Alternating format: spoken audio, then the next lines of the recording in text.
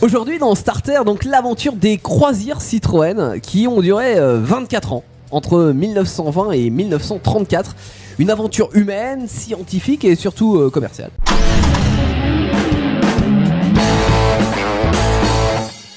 Une aventure, enfin des aventures qui n'auraient pas été possibles sans un certain Adolphe Kégresse, qui est un ingénieur français, qui a été parti travailler au début du XXe siècle en Russie, là où il fait froid, là où il y a de la neige, donc là où on a besoin de chenilles.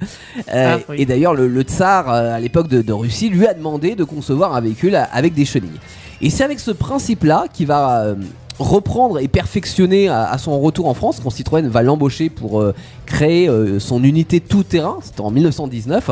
Il va développer justement le principe de l'auto-chenille. De véhicule à chenille. Exactement. Et là, très vite, André, voyant les possibilités de cet engin, va se dire que les capacités de franchissement de ces chenilles, si on les combine avec ces voitures, ça pourrait être une superbe vitrine si on réussissait à relever des défis d'aventure qu'aucun engin actuellement roulant n'avait encore fait.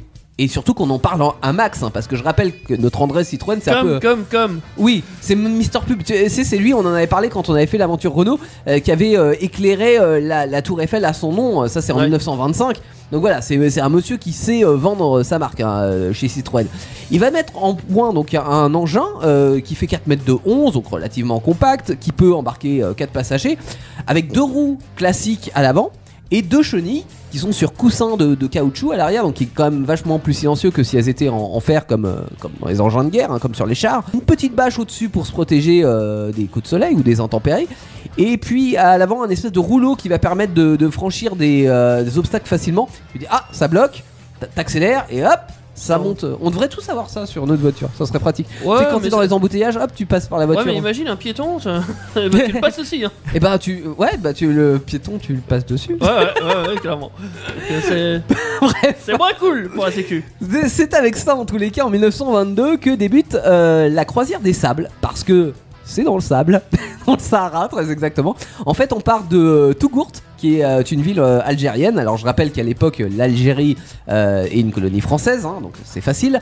Et on va direction Tombouctou au Mali avant de revenir à Tougourt. On fait un petit aller-retour, traversée du Sahara en Citroën 10 HP, qui est le modèle Citroën de base à l'époque, sur chenille donc, hein, qui est une réussite. D'ailleurs André Citroën fait partie du voyage.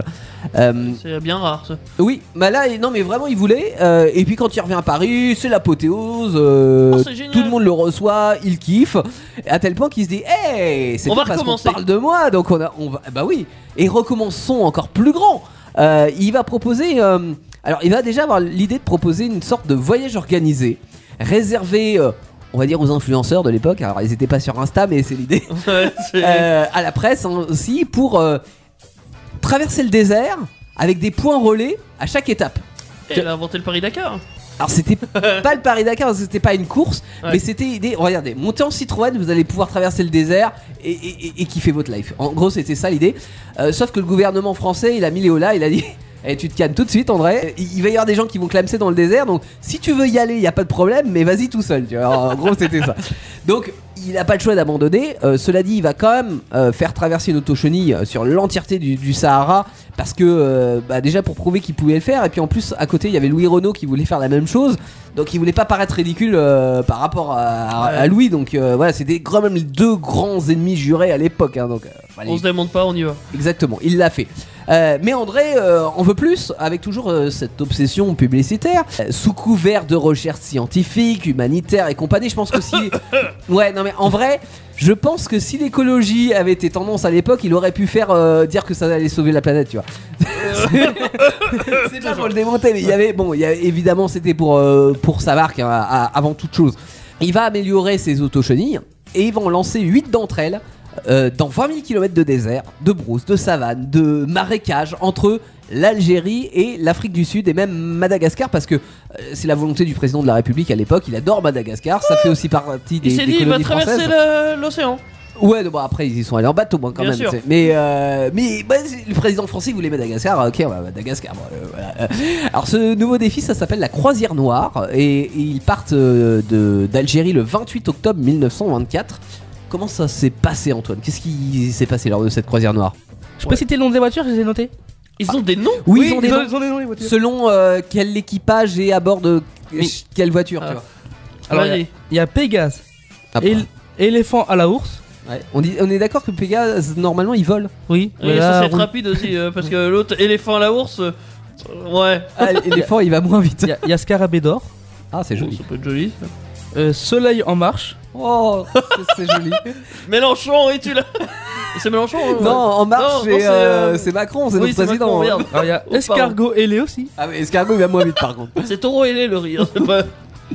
Non, Ah, il là, a il un va- croissant d'argent, voilà. Croissant J'arrive pas à me d'argent. relire, autant Ouais, pour moi. Ah, je- vous on a m'avez dit dit- que c'est pas chocolatine. Il y a non. colombe et centaure. D'accord, ok, donc Ouais. ça, c'est les noms des voitures. Bon, Bah t'as déjà dit tout à l'heure par rapport au président français qui voulait que ça passe par Madagascar. donc on a. Par contre le président belge il a fait, moi vous le faites, mais il faut que vous passez par le Congo belge. Ah, ils sont chiants, hein, les présidents.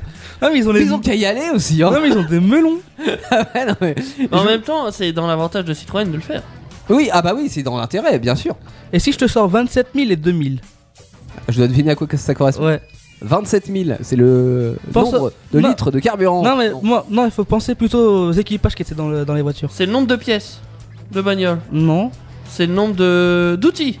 Non. En C'est fait le nombre 27 de 000 c'est le nombre de pellicules qu'il a fallu pour faire des vidéos. Ah oui, Et 2000 c'est le nombre de pellicules photographiques. d'accord. Donc tout ça, c'est par rapport au film qui a été produit par la suite de cette Et qui croisière ont noire. aussi utilisé les photos pour les livres. Certes. Oui, parce qu'il fallait garder une trace évidemment de Oui. tout ça. Et puis c'était encore une fois dans l'intérêt de Citroën. Ils avaient aussi un peintre. Il s'appelait Alexandre. Oh putain, non, pas le nom russe. C'est pas peintre en bâtiment, hein, on est d'accord. C'est vraiment un peintre. Non, il était pas peintre en bâtiment. Il était, oui, sans doute russe, hein, parce que Yakovlev. Ah oui, ça sonne Ça sonne bien russe. russe. Et effectivement, ce gars-là a été important pour la plupart de ses voyages. Parce qu'il illustrait, il dessinait et il était un peu la mémoire, entre guillemets, à part les œuvres cinématographiques. Ouais. Mais les œuvres cinématographiques, ils n'étaient pas la mémoire de la culture des pays qui traversaient. Oui. Il filmait surtout, on va dire, commercial pour Citroën. Surtout. Oui, oui, oui, Voilà. oui. Mais lui, il était plus autre chose. D'accord. Il y a un mécanicien qui a dormi par terre. Et il s'est. Pourquoi Parce Parce qu'il que- était en pleine traversée. Ouais. Et il dort par terre. Puis tout à coup, il entend un petit sifflement. Un serpent. Oui, c'était une vipère qui était à corne qui était juste à côté de lui. D'accord. Enfin, il s'est pas fait piquer. Non, non, c'est pas fait morte. Ok. Il a croisé un serpent. Et le pire, c'est le lendemain, il se réveille. Bah, l'équipage se réveille. Il Ils est repartent. Et là, il tombe sur quoi? Sur des squelettes, sur des ossements humains et des vêtements déchirés. Aïe. Alors c'était le serpent qui avait. Ça, on sait pas. Ah, on sait pas. On sait Personne ne pas le d'où- saura. Mais attends, ils doivent le savoir s'ils ont perdu des camarades. Ah non non, ça Ah ouais, c'était non, mais- pas de l'équipage. C'est pas Ah l'équipage, ça va être. Ah non, quand Ouais, même. des ossements. C'est certainement pas les serpents. hein. On n'était pas un peu plus nombreux au départ. C'est normal qu'on ait que 3 C'est qui manque à l'appel? Donc là, je reviens avant. Ouais. Donc là, avec ils sont partis de Marseille, ils ont fait aucun bruit. Genre, ils savaient pas, personne ne savait qu'ils partaient. Enfin, que l'équipage savait qu'ils partaient. Ah, ils ont Parce été qu'ils voulaient- discrètement en fait. Ouais, parce qu'ils voulaient pas faire soupçon par rapport aux journalistes et Ah, à Louis ouais. Renault qui voulait faire le trajet avec. Oui, oui, voilà, c'est pour que Louis Renault ne sache pas ce qui se trame et enfin, après, ils sont vachement forts chez Citroën. C'est l'idée. On va faire la même chose. Oui. Alors quand même, globalement, ce qu'on peut dire de cette expérience, parce que là on a quelques anecdotes, mais et surtout de la croisière noire qui était la vraie première grande Expédition, ouais. Bah ouais, elle est plus chez grande que la Citroën. deuxième. Ils ont fait 20 000. C'est long. C'est très long, c'est Ils très ont long. eu des- Et ils sont passés dans des territoires qui étaient, alors je vais pas dire inexplorés dans le sens où il y avait forcément des autochtones qui y vivaient et qui avaient vu les lieux. Inexploré pour nous. en Mais tout cas. pour nous Européens, c'était la première fois qu'on s'aventurait là-bas. On n'avait aucune information ni sur les peuples, ni sur la topographie du terrain. On a fait des tas de rencontres avec des populations et puis des Ça s'est bien populations- passé en règle générale. Ça s'est bien passé malgré le La Enfin- typologie du terrain, des fois, ouais, c'était chiant. ouais et puis Mais, et puis le fait que bah les peuples, enfin on est quand même à une autre période, hein, c'est-à-dire que personne se connaît. Oui. Il y a une méfiance, mais il y a une méfiance qui a très vite été apaisée. Alors déjà, je pense par le fait que L'échange culturel, ouais, l'équipe soit plutôt avenante, quoi. Ils arrivaient pas en Et puis la combattant. diplomatie, effectivement, de l'équipe, parce que Et puis que- par les machines. Parce que. Là, C'est intriguant. Il y en a, c'est la première fois qu'ils voyaient des véhicules. Mais c'était la première fois Du qu'ils voyaient des métal. véhicules. Mais non, mais c'est ça. Ils se disent, mais qu'est-ce que Oh, c'est que faut cet que- engin? pas Ça du fait un peu métal. extraterrestre, tu vois. Ils avaient l'habitude de voir des dromadaires, des chevaux, etc. Mais pas des os d'Oshoni. Donc. Là aussi, il y avait des chevaux, mais différemment. Oui, bah là, il y avait des chevaux dans la. dans la je Citroën. l'échange contre 3 dromadaires. C'est ça, exactement. Je pense qu'il y a dû avoir ce genre d'anecdote aussi. Ouais. Ouais, non, mais. Ouais, peut-être. Ah, Il y a dû avoir du troc de fait. Non, mais. il faut voilà vraiment se replacer dans le contexte de l'époque et surtout sur cette première traversée Ils en sont où presque à la découverte, c'est vraiment de la découverte pour même par rapport aux cartes. Hein. Les cartes, on avait des cartes très approximatives. Là, ça a permis un petit peu de dire ah ok le désert il commence à cet endroit-là. Ils ont tracé là, un peu une route en soi. Ouais, c'est ça. Il fallait, ils ont rapporté pas mal de choses. Alors. Tu le disais, hein, Teddy, l'aventure elle a été dessinée, peinte par un membre de l'équipe. Alexandre, je sais plus. Elle a été compilée dans un film par une équipe de tournage qui est partie dans l'expédition. Je rappelle qu'on est en 1925, hein, donc c'est une première. Il n'y avait pas les vlogs YouTube à l'époque, donc le film est sorti au cinéma, tu vois, en grande pompe, etc. Alors évidemment, avec le recul, on pourra critiquer que dans le film on va éclipser une partie ou embellir certaines scènes, mais en ils même vont temps, faire ça que dans l'aspect commercial. bien sûr, et puis c'est du cinéma, tu vois, ça a un côté documentaire, mais ça reste du cinéma, la gloire de Citroën. Tout ce qui a été filmé, ça a servi aux scientifiques qui ont fait des rapports ethnographiques, donc sur la vie des gens dans leur milieu. Ça a permis d'analyser aussi la faune et la flore, d'analyser la topographie des terrains, réactualiser, on le disait, les cartes. Ça a servi culturellement parlant, ça a servi scientifiquement parlant, ça a servi. Et il y a eu des rapports qui ont été rendus au gouvernement, des rapports économiques, politiques, sanitaires, touristiques. Voilà, on en sait un peu plus grâce à cette première. C'était une expédition et comme toute expédition, sur tu as des l'Afrique. découvertes, des retours, des. Ouais.